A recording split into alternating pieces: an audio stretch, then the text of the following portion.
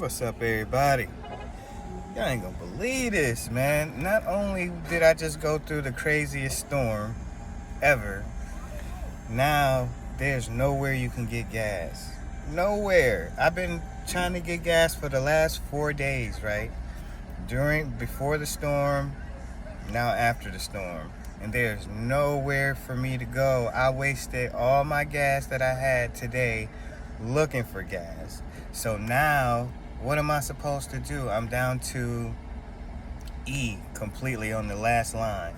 And so I called roadside assistance. And so with roadside assistance, they want to charge me, what they say? They said 140 for them to come out, but I only paid the 40 for 2 gallons of gas. It takes $40 to fill my tank up. So why would I pay $40 for 2 gallons just to get what, up the block and then back up the block, and that's it? So I'm stuck at a gas station now after being stuck in a parking garage because of the storm, and I can't move. I'm literally here just to be here until the tanker trucks come, which they haven't come, and I don't get that. Wouldn't that be the number one thing you do besides trying to rescue people, is make sure all the gas stations have gas? Now keep in mind, you're talking about people who evacuated, are coming back from their evacuation, and then just people who never left. They just around in the city, and you go from place to place to place. There's no gas stations, y'all.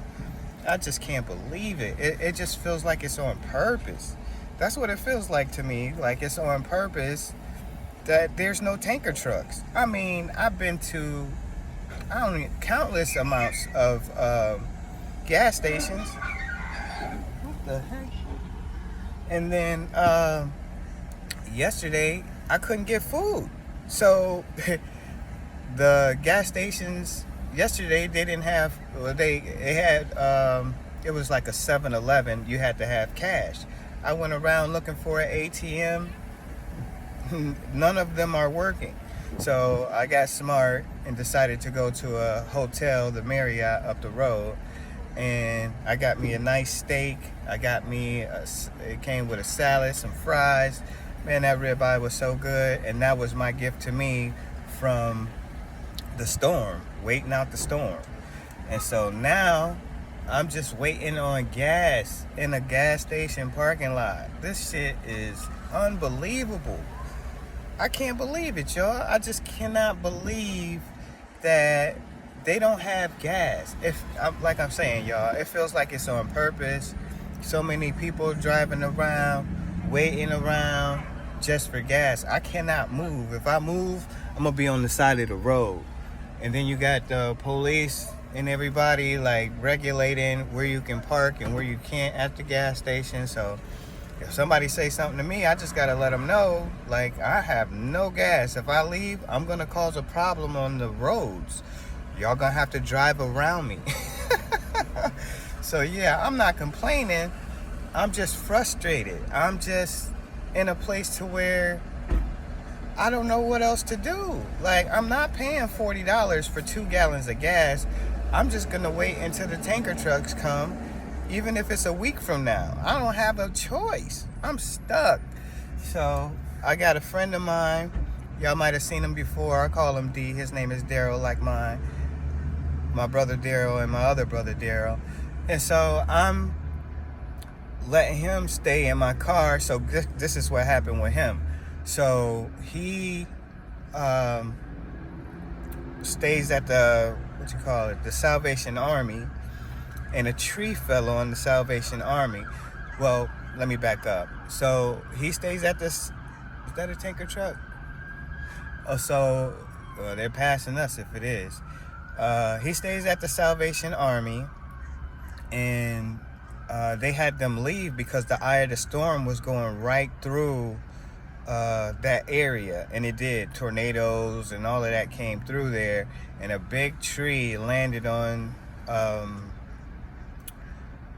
on the building. And so they made them leave before, the storm and go to a school. So he was at a school overnight during the storm. A bunch of people left, all the people at the Salvation Army. And then the next day, when the storm was over, he goes back, sees the big tree, and there's a guy there telling him he has to leave.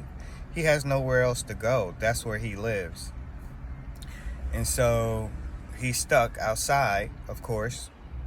So I seen him yesterday. I'm walking the river walk just to see the damage.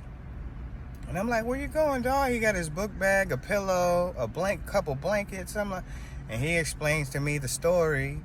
And I'm like, holy smokes. Now, mind you, not only that, he's on like parole. So he has to do certain things. He was locked up for a lot of years, 20-something years or something like that.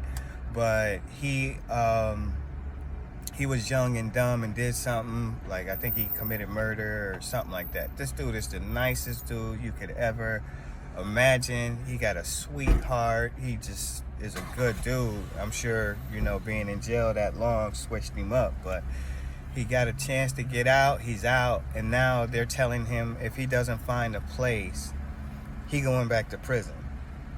Just because the tree fell on the Salvation Army, and that's a stipulation, no excuse. That's what they told him. The judge said no excuse if you don't have a place to live. And then they just passed a law for homelessness. If you are outside, you can't be outside if you're homeless at night. So you cannot sleep outside. That's just what it is. And so what is he supposed to do now? And then they're blaming him. It's like they're blaming him for not having a place to go when the tree fell on the Salvation Army. And so he could be going back to prison, and he's been doing everything he needs to do, following all the protocol, staying in contact with his parole officer, all of that. He's the one I took to the beach a couple times. Y'all might have seen, if y'all seen any of my beach videos. He hadn't been to the beach. Excuse me. He hadn't been to a beach in 20-something years. And so I was able to bless him. He was like, man, you blessed me with a dream of mine to get back to the beach, which is only like a half an hour up the road. But if you don't have a car, how you going to get there, right? And so, this is my dude. I see him every so often, and we had lunch. We, just chopped it up, and he left to go, get free food. They got all that kind of stuff like around there where you can take showers, this and the other. I would have went with him, but I can't leave my car. I keep seeing them tow cars out of here, so I'm gonna stay with my car just in case they try to tow it. I'll be in my car and letting them know if I leave, it's gonna cause more problems. So yeah, man, I'm just stuck between a rock and a hard place, just waiting on these gas tankers to fill up the gas stations. I do not understand, how is that possible? Wouldn't that be like the number one or second? First of all, would be, making sure the people that are safe and moving stuff out the way. So, the roadways and stuff. But then gas. Like, how are people supposed to move about, get to work, do whatever they got to do, get to the store without gas? I don't understand that. And so I'm really frustrated. I'm stuck. I'm tripping. Like, yo, goodness gracious, y'all. No ATM. So if you need cash, all of that shut down. Nowhere can you find an ATM that's working. I got money on me, but I can't use it. Some of the stores now, Walmart opened up and that sort of thing. But I don't have a way to move around, so I'm just like, I'm stuck, y'all. I'm just tripping, and I had to vent. That's the best thing to do, is get it off your chest and vent. And y'all my people, y'all my family. So it's like just talking to my friends. And man, y'all, I am really, really frustrated right now. Like, I'm so frustrated. I'm tripping. This is not right. Pray for me, y'all. Good.